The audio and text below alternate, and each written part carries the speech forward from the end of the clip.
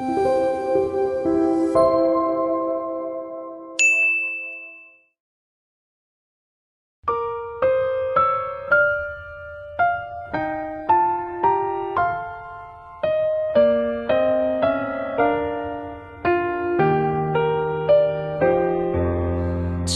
날개 밑 내가 편안히 쉬네.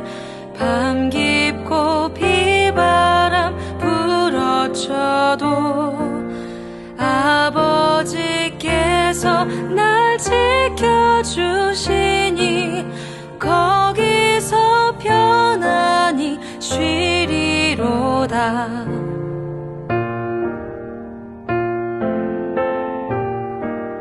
주 날개 밑 나의 피난처 되니 거기서 쉬기를 원하노라. 세상이 나를 위로치 못하나 거기서 평화를 누리리라. 주 날개 밑 평안하다. 그 사랑 끈을 잡으뇨.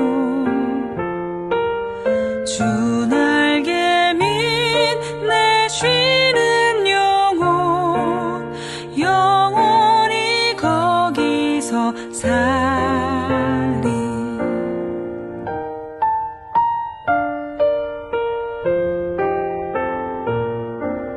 주 날개 밑 잠든 기쁨이 있네. 고달픈 세상길 가는 동안 나 거기 숨어 돌보심을 받고 영원한 안식을 얻으리라. 주 날개 밑 평안하다. 그 사랑 끈을 잡으뇨. 주 날개 밑 내 쉬는 영혼 영원히 거기서 살리. 주 날개 밑 평안하다. 그 사랑 끈을 잡으뇨. 주 날개 밑 내 쉬는 영혼 영원히 거기서 살리.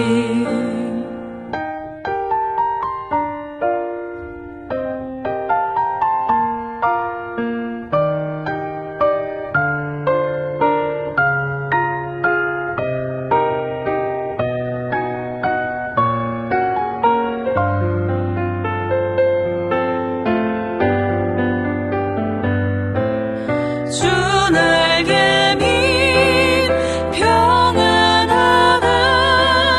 그 사랑 끈을 잡으뇨. 주 날개 밑 내 쉬는 영혼 영원히 거기서 살리.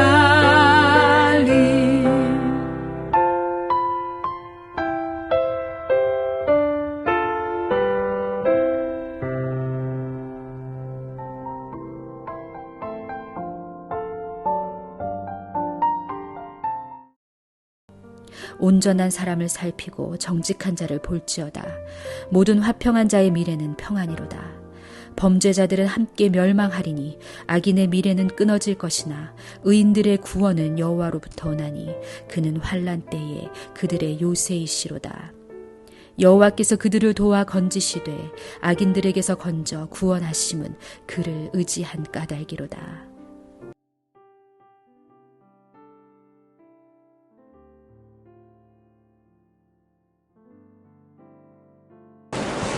자, 시편 37편의 마지막 파트입니다. 37절에서 40절까지의 말씀인데요.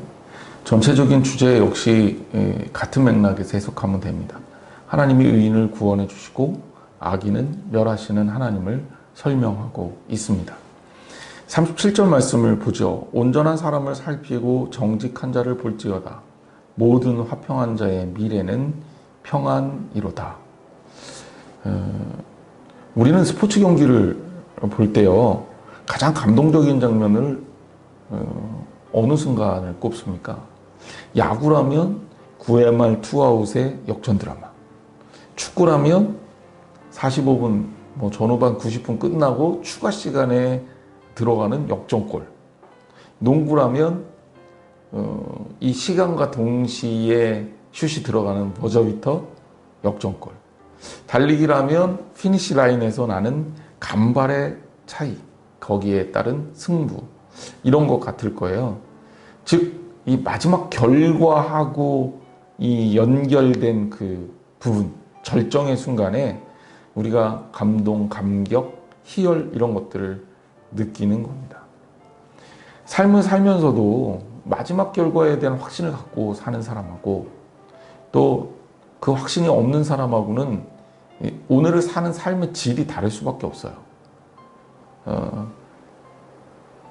어떤 일을 하더라도 또 어떤 일에 대한 준비를 하더라도 이것은 잘 될 거야.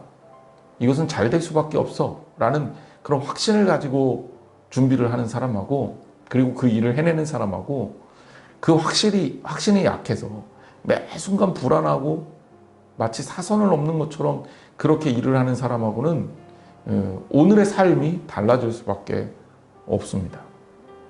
즉 미래의 결과가 확실한 사람, 이런 사람은 현재의 삶이 내가 원하는 대로가 아니라 할지라도 살짝 좀 삐끗거린다 할지라도 또 실패가 있다 할지라도 또 이 생각대로 이 진보가 원활하지 않아서 잘 안 된다 할지라도 흔들림이 없다는 겁니다. 성도의 삶이 저는 그런 것 같아요. 성도가 이 땅에 살면서 우리가 늘 성공적인 인생을 살 수는 없습니다. 때로는 어려움도 만나고 힘든 일도 만나고 또 건강상 이상도 생기고 고민거리도 생기고 그렇잖아요. 하지만 우리는 알고 있는 거 하나 있죠. 확실하게. 그것은 바로 하나님을 온전하게 의지하는 자들이 반드시 승리하고 이길 수 있다는 것입니다. 코로나 때문에 어렵지만 우리가 두려워하지 않을 수 있는 이유는 뭡니까? 바로 하나님을 온전하게 믿기 때문에 그렇죠. 그리고 하나님이 반드시 우리를 지켜주실 것이다 라는 확신을 갖고 있기 때문에 그렇습니다. 그래서 우리에게는 이런 좌절이, 때로는 이런 어려움이 그냥 극복할 수 있는, 또 힘들긴 하지만 마음이 좀 고통스럽긴 하지만 그렇다고 해서 이것 때문에 막 너무 괴롭고 어려워서 좌절할 수밖에 없는 이제 그런 힘듦은 아니라는 거예요. 여러분의 삶 또한 마찬가지라고 생각합니다. 여러분의 미래, 그것이 여러분들에게 어떤 것이냐? 바로 그것은 평안이다. 자, 오늘 37절 말씀에 바로 그 표현이 나와 있어요. 온전한 사람을 살피고 정직한 사람을 볼지어다. 봐라. 모든 화평한 자의 미래, 하나님을 믿고 하나님과 온전한 관계를 가진 사람의 끝, 종말은 그것은 뭐다? 평안이다. 평안이라는 것에 대한 의미를 분명하게 얘기합니다. 경건한 자의 소망과 또 우리가 하나님과의 온전한 관계를 맺으며 사는 그 순간들은 하나님과 만나는 영원한 행복이다 라는 것을 알려주고 있는 거죠. 그러므로 여러분 두려워하지 마시기 바랍니다. 주님은 우리를 지키시고 우리와 함께 하십니다. 우리가 때로는 좀 흔들릴 수는 있어요. 하지만 우리의 미래, 우리의 약속된 미래는 하나님과 분명하게 평안한 미래가 약속되어 있다는 사실을 기억하시기를 바랍니다. 38절 말씀, 범죄자들은 함께 멸망하리니 악인의 미래는 끊어질 것이나. 역시 같은 맥락이죠. 함께 멸망한다. 이제 여기에 함께라는 표현이지만 굳이 콕 찍어서 얘기한다면 악인의 공동체는 멸망할 것이다. 이런 뜻입니다. 그들의 연합체는 멸망할 것이다. 즉 악인들 모두는 누구나 할 거 없이 멸망할 것이다. 하나님의 심판에 예외가 없다는 거예요. 하나님이 실수 안 하시잖아요. 그러니 세상에서 말하는 것처럼 때로는 내가 잘못했음에도 불구하고 안 걸리고 넘어갈 수도 있잖아요. 세상에서는 그런 일들이 또 있기도 하고, 또 그런 요행이 우리를 또 잘못을 반복하게 하게끔 만드는 원인이 되기도 하죠. 하지만 하나님의 심판은 분명합니다. 그래서 악인의 미래는 반드시 끊어진다. 여기에 미래, 아하리트의 문자적인 의미는 끝이라는 뜻이에요. 그러니까 끝이 끊어진다 라는 표현입니다. 그러니까 미래가 없는 거죠. 번영이 사라지는 겁니다. 여기 이 끊어진다라는 표현도 사실은 굉장히 센 표현이에요. 굳이 얘기하자면 이스라엘 민족에게 가장 수치가 되는 것은 뭐냐면 그냥 인간적으로 했을 때 후손이 끊어지는 거예요. 그리고 가장 커다란 축복 가운데 하나가 뭐냐면 자녀가 번성하는 겁니다. 그래서 이제 아브라함에게 하나님의 축복을 약속하시면서 바닷가의 모래와도 같은 그런 자손을 약속하셨던 것이 바로 그런 이유예요. 그런데 그게 끊어진다니 그게 얼마나 비참한 종말을 설명하는 겁니까? 우리가 이 땅에서의 삶만을 말하는 게 아니죠. 결국 우리가 하나님 나라를 갈 수 있느냐 없느냐는 영원한 삶과 영원한 멸망의 차이를 만드는 것입니다.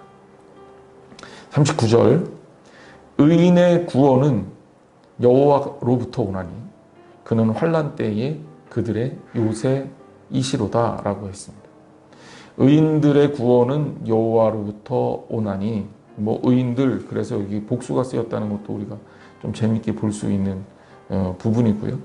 그래서 그 구원이 누구에게로 오느냐? 여호와께로부터 온다. 우리가 만드는 어떤 결과들은 무엇 때문에 어떤 결과가 오는지 이거 굉장히 중요합니다. 그러니까 우리가 똑같은 성공을 하더라도 부정부패 위에 세워진 성공, 이거 자랑스러울 수가 없죠. 우리가 성공을 하더라도 사람의 능력에 의해서 세워진 성공이 영원할 수가 없습니다. 하지만 하나님에 의해서 구원이 이루어진다.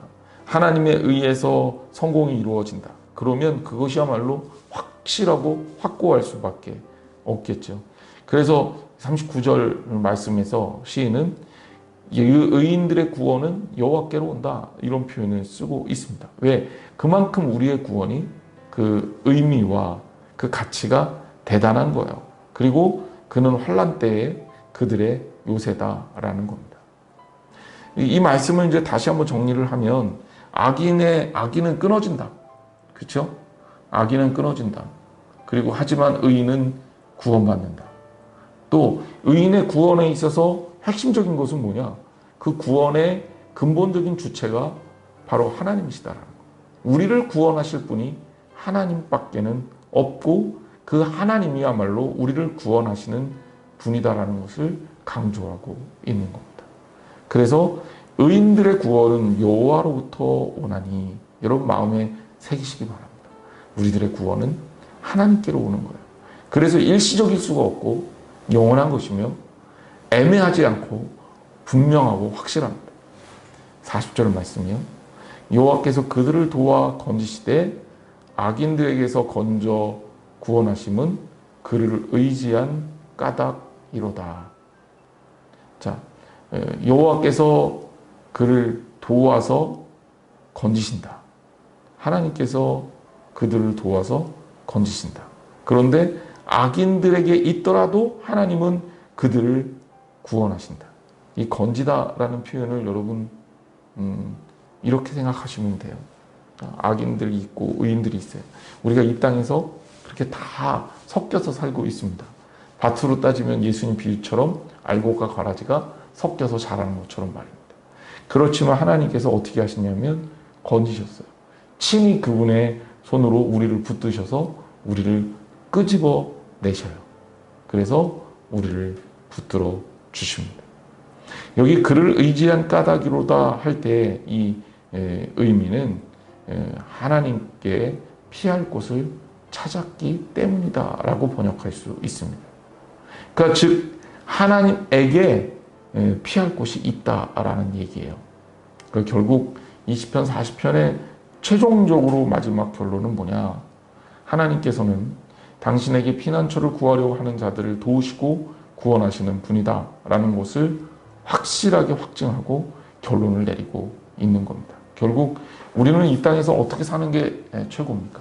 하나님을 의지하고 또 하나님을 바라보고 또 하나님으로 인해서 살게 되는 것이 최고의 축복이다 라고 할 수 있습니다. 너 무엇 때문에 사니? 이렇게 사람들에게 가끔 제가 물어볼 때가 있어요. 저 뭐 다른 것 때문에 살아요. 저 여러 가지 이유 때문에 살아요. 삶의 이유를 여러 가지로 될 수 있겠죠. 하지만 하나님 때문에 살아야 돼요. 하나님으로 인해서 살아야 돼요. 그래서 그 하나님으로 인해서 사는 삶은 흔들리지 않는 축복된 삶이다라는 것을 성경이 보증하고 있습니다. 사랑하는 성도들의 삶에 주님과 함께 주님으로 인해서 사시는, 그래서 구원에 이르는 축복된 삶을 누리기를 주님의 이름으로 축원합니다. 기도하겠습니다. 하나님 감사합니다. 때로는 어렵고 힘들어도 주님을 의지함으로 이 땅에서 승리하며 살 수 있게 해주신 것 감사를 드립니다. 때로는 저희들 정말 무엇을 바라고 무엇을 의지하고 사는지에 대해서 의심하지 않게 도와주시고, 우리가 때로 흔들릴지라도 온전하게 하나님을 바라보며 믿음으로 이기며 승리할 수 있도록 역사하여 주옵소서. 생각을 넘어서서 우리의 삶을 넘어서서 자리에 계시는 하나님의 은혜와 사랑을 기억합니다. 주님 축복해 주시고 지켜 주옵소서. 오늘 하루 주님만 온전히 의지하기 원합니다. 주님으로부터 오는 구원에 마음을 두고 주님과 함께 동행하며 기쁨을 누리게 하옵소서. 예수님의 이름으로 기도했습니다. 아멘.